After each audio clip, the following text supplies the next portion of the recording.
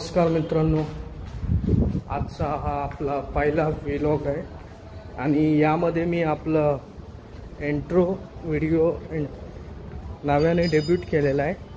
पहिला vlog short vlog आहे। आपण जातोय आता प्रति पंढरपूरला। इथे माझी गाडी आहे उभी आणि सध्या या गाडीचा ब्रेकचा थोडा प्रॉब्लेम आहे। मागचा ब्रेक दाबल्यावर लायनरमध्ये काहीतरी आवाज येतो। आजच गाडी धुतली आहे।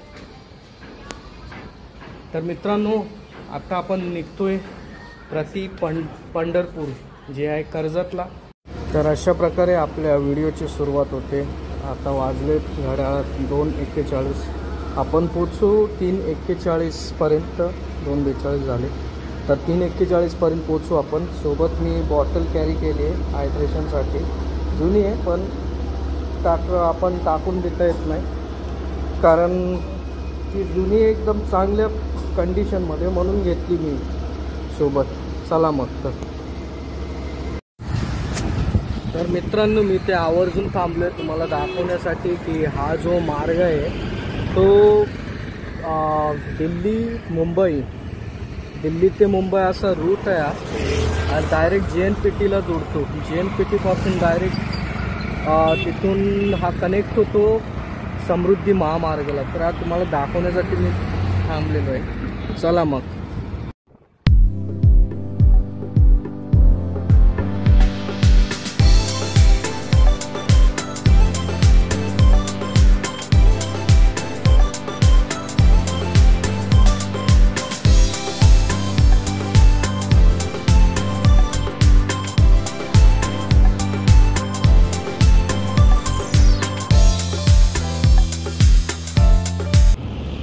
मित्रांनो, आपण आता थांबलोय मुंबई पुणे मिसिंग लिंक आहे। याचं काम बघा जोरदार चालू आहे आणि ही लिंक जवळजवळ मुंबईपासूनच येते, पुण्याला जोडणारी आहे। याशिवाय दुसरा पण हा कॅप्सूल प्रोजेक्ट असू शकतो।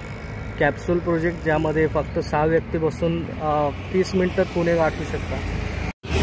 मित्रांनो, आपण पोचलोय सध्या जवळजवळ इथून फक्त 3 मिनिटावर आहे आणि वाजलेत घड्याळात 3:53। तर जवळजवळ आपण पोचलोच आहे। आपण कर्जत चौक फाट्यापासून लेफ्ट राईट घेतला आहे। चला आता आपण डायरेक्ट ठिकाणावरच जाऊ। तर मित्रांनो, आपण पोचलो आहे प्रति पंढरपूर जे कर्जतला आमराई रोडच्या इकडे आहे। तर आता पुतळा आहे तो तुम्हाला दाखवतो, हे बघा। तर बोला श्री हरी विठ्ठल। खूप अशी उंच मूर्ती। आपण जवळ जाऊन बघूया। रात्री जर केलं तर रात्री तर याची विद्युत रोषणाई खूप चांगली असते। इकडच्या नगरपालिकेने खूप काही सोय केली आहे पर्यटनासाठी, बसण्यासाठी। तर आपण आज जाऊया आणि नक्कीच काय ते बघूया। नमस्कार मित्रांनो, तर मागे आहे विठ्ठलाची एक भव्य अशी मूर्ती। तर तुम्हाला सांगितल्याप्रमाणे की आमचे एक मित्र आहेत, खास आहेत ते ग्रुप सबस्क्रायबर राईडला नेहमीच असतात आणि बरोबर आमच्यासोबत पण व्लॉग करतात। तर आता ते मला चक्क भेटायला येतात आहे, कारण ते बोलतात आहेत की मंदिर इथून थोडं लांब आहे, दहिवली गावात आहे। तर मी फक्त मूर्तीच्या इथे झालो आहे। तर ते आल्यावर बघूया काय सांगतात, ते काय गायडन्स करतात। तर आमच्यापेक्षा ते सिनियर्सच आहेत। तर बघूया आता पुढे काय होतं ते। चला मग थोडा वेळ वेट करूया, 10-15 मिनिटातच ते येतील। मित्रांनो, मला थोड्याच वेळात जे भेटायला येणार आहेत त्यांचं नाव आहे विश्वनाथ लोखंडे। ते आमच्यासोबतच असतात, म्हणजे सांगितल्याप्रमाणे ग्रुप राईडला।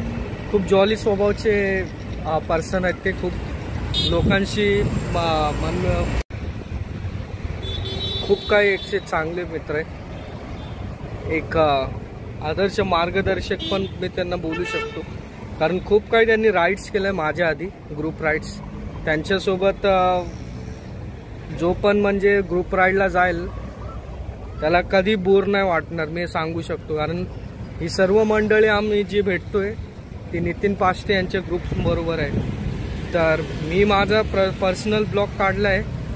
तर मित्रांनो, आता मूर्तीचं दर्शन झाल्यानंतर आता आपण पुढे जात आहे प्रति पंढरपूर, म्हणजे विठ्ठलाचं मंदिर आहे, जुनं एक मंदिर आहे आणि त्याबाबत अजून काही ठिकाणे आहेत, तर आपण ती पण एक्सप्लोर करणार आहोत. चला तर मग मंडळी, तर मी आलेलो आहे कर्जतमध्ये दहिवली येथे 223 वर्षापूर्वीचं पेशवेकालीन मंदिर आहे. तर ह्याला पंचायतन मंदिर असे म्हणतात. त्यापैकी हे मंदिर हे खूप मोठं मंदिर आहे आणि या व्हिडिओमार्फत मी तुम्हाला या सर्व मंदिराची इन्फॉर्मेशन देऊ इच्छितो. चला मग.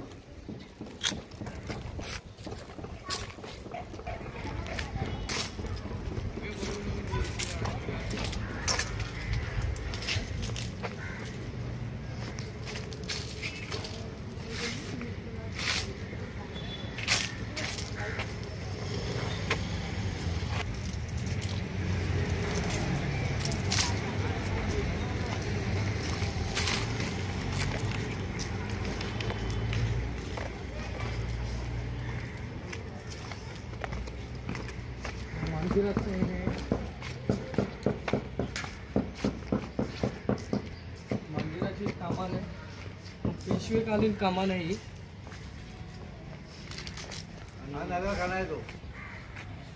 ठीक आहे. आता पुढची माहिती आहे ते आपले स्थानिक काका इकडे जवळचेच आहे, रहिवासी आहे, तर त्यांच्यावर आपण जाणून घेऊया मंदिराचे काय इतिहास होता. काका, तुमचं नाव सांगू शकता? सदाशिव नांदुरकर, संस्था म्हणून काम करतो.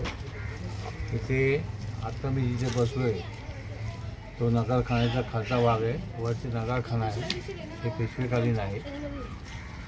हे 1782 ते 1784 पर्यंत हे बांधकाम झालेलं आहे.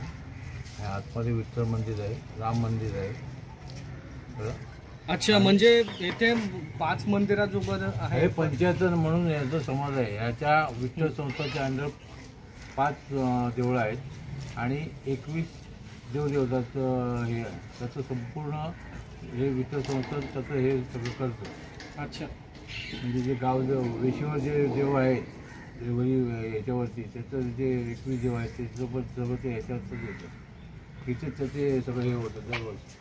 म्हणजे जत्रा वगैरे जे काही उत्सव असतात. कार्तिकाचा उत्सव हा सगळ्यात मोठा उत्सव आहे. अच्छा. नंतर गोकुळाष्टमी असते, रामनवमी असते, हनुमान जयंती असते आणि इतर सामाजिक कार्यक्रम, दासबोध सप्ताह, गजानन महाराज प्रगती आणि बाकीचे सगळे उत्सव चालू असतात. वर्षातून वर्ष काही ना काहीतरी चालू असतात.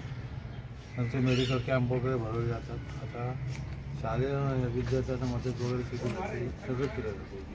चांगली गोष्ट. आणि दुसरी गोष्ट म्हणजे आजारी माणसांसाठी पण आम्ही एक हे ठेवलेलं आहे. आणि आता इथे 3-4 वर्ष झाली 30 तारीख लोकांना पेपर वाचण्यासाठी सकाळी पेपर वाचण्यासाठी सोय केलेली आहे. आजारी माणसांसाठी पण आम्ही ठराविक एक निधी दिला जातो, 15,000 रुपये, तो पण आम्ही देतो. ऑपरेशन असेल तर मोठं त्यासाठी देतो. वर्षातून त्याला एकदाच प्राधान्य. धन्यवाद माहिती सांगितल्याबद्दल.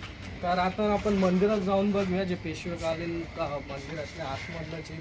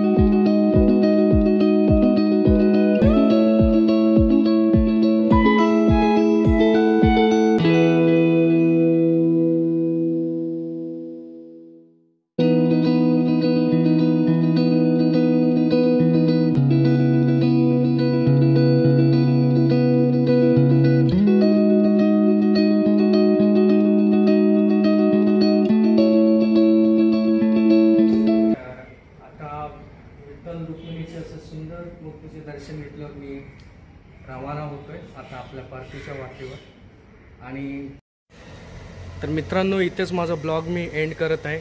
तर बोला श्रीरामकृष्ण हरी.